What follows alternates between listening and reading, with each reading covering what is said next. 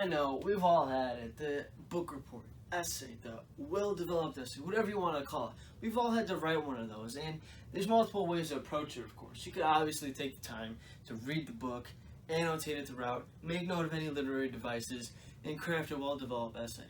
Or you could skip all of that and still craft a well-developed essay if you follow these rules I'm about to share with you. So, you're welcome in advance.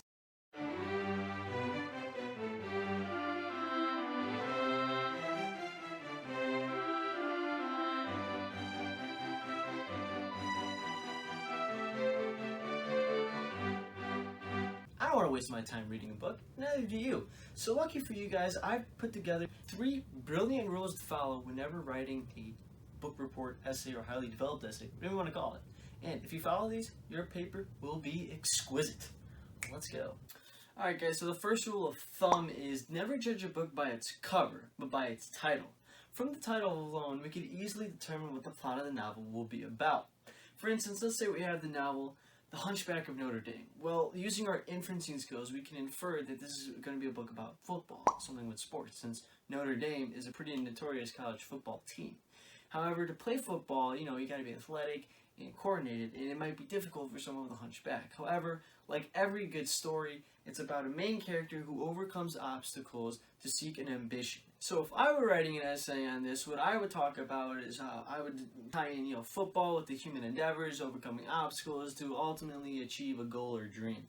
That's what I'd talk about. And I'd use key literary devices such as, fancy ones too, not the common one, not the common metaphor or simile. Fancy ones such as synecdoche or metonymome to show my teacher that I have been paying attention in class. Second rule of thumb goes for the assignment where you're able to choose your book is choose something that the teacher will like. Not necessarily what you'll like, because you're not going to read the book anyway.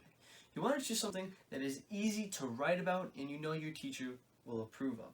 So you want to avoid certain books with profanity in the title. That's just a given. So if you're thinking of writing about Moby Dick trying to be funny, maybe avoid that. It might not necessarily be school appropriate. Instead, shift to something where there's a lot of symbols. For instance, maybe art. Something school appropriate you could talk about there is 50 Shades of Grey. Now, I don't know how exciting 50 Shades are. However, it is school appropriate. And since it's in that art category, it's completely symbolic. You could talk about how each shade represents a different symbol of something. What that something is, you could think of. The point is, you're talking about this idea of symbolism, which is something I'm sure you've talked about in class, so your teacher will definitely like it and approve of.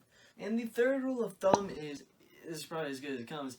If there's a movie, watch the movie, because oftentimes the movie is so good that they write a book about it.